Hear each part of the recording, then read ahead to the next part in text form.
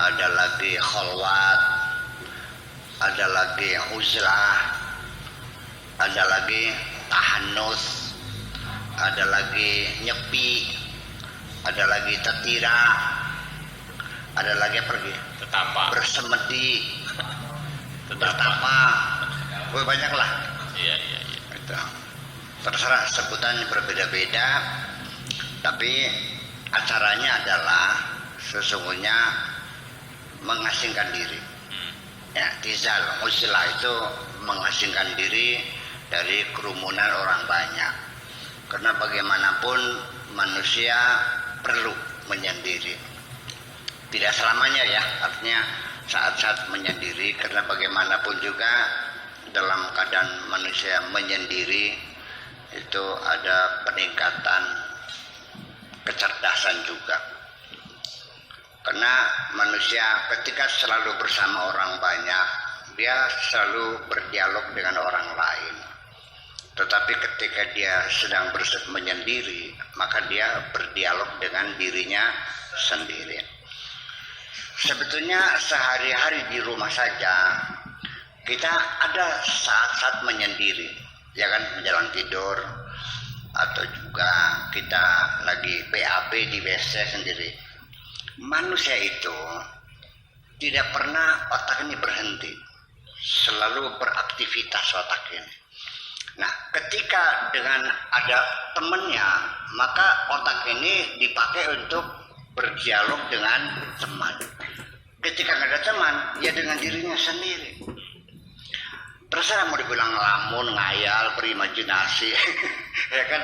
Tapi dia berbicara sendiri. Coba Anda perhatikan, ketika Anda sedang berbicara dengan diri Anda sendiri, di situ Anda merasakan ada satu kejujuran hati Anda. Ya, ketika berdialog dengan dirimu sendiri, muncul kejujuran dirimu, salah ya ngaku salah. Tapi ketika ada orang, nggak mungkin Anda ngaku salah. Karena otak Anda akan diproses menjadi menjadi advokat, ya, memberikan bantuan advokasi, membenarkan dirimu sendiri.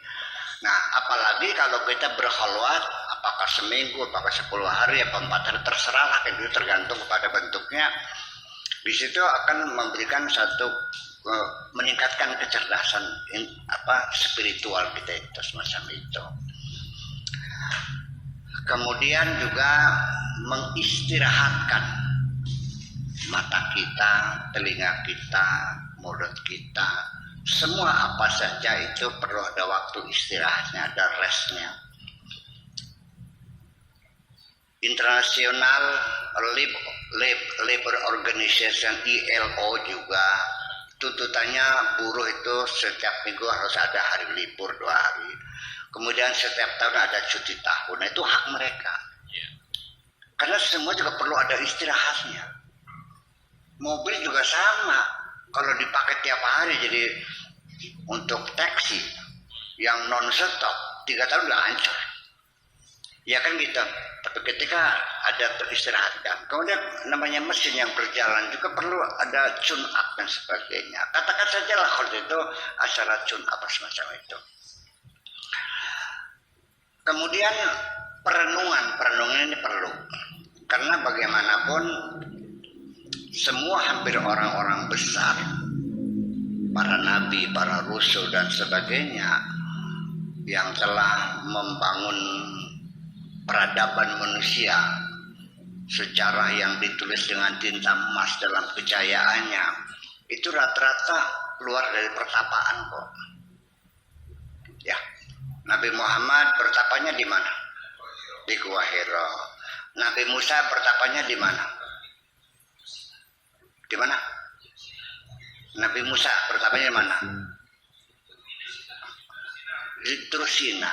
Nabi Ibrahim padang pasir. Nabi Khidir lautan. Nabi Ilyas di hutan. Siddhartha Gautama di hutan. Nggak mungkin orang besar itu keluar dari diskotek kok. Iya. Nggak mungkin seorang pemimpin besar yang memajukan bangsanya itu keluar masuk nightclub dan diskotek kok. Ya. Nah, itu satu. Kemudian tirakat ada makna khusus nih. Kalau tirakat itu lebih didominasi dengan puasanya ya. Kalau orang khalwat uzlah kan bisa saja dia tetap makan kan.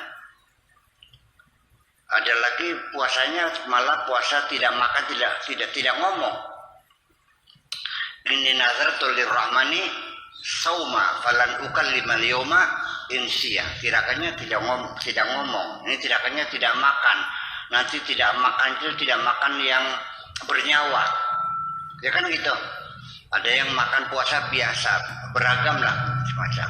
Nah, tirakat atau uzlah dan sebagainya, ketika Anda mengosongkan perut Anda, perlu diketahui bahwa perut kita ini setiap hari diisi dengan makanan-makanan, dari mulai tempe, tahu, otok-otok, encrot, sate, rendang, kepala ikan manyun dan sebagainya. Itu semuanya masuk dan digiling. Oke, menggiling sesuatu dan lalu di dalamnya ada mesin katalis memecah protein, ya kan gitu, vitamin, gizi dan sebagainya, vitamin A, vitamin D dan sebagainya, ada gula, ada kolesterol dan sejenisnya, semua dalam kadar yang pas sesuai ukuran dengan kebutuhan kita, ya kan, dihisap ke dalam darah kita, kemudian paru-paru kita juga menarik udara, memompa untuk masukkan oksigen di dalam, itu kan sistem kerja, ya, mesin katalis dalam diri kita. Perlu diketahui, setiap mesin-mesin penggiling itu selalu meninggalkan residu. Apalagi orang Majalengka daerah Bantarbaru dekat Jatitujuh kan? Iya. Ada pabrik gula nggak? Ya, setelah menggiling residunya, tetes tebunya, molasesnya itu dikerokin kan, mesti dibersihkan. Perlu dibersihkan kan? Nah, tubuh kita juga sama. Dari sisa-sisa makanan yang melekat di dinding perut ini, itulah disebut dengan racun-racun tubuh itu.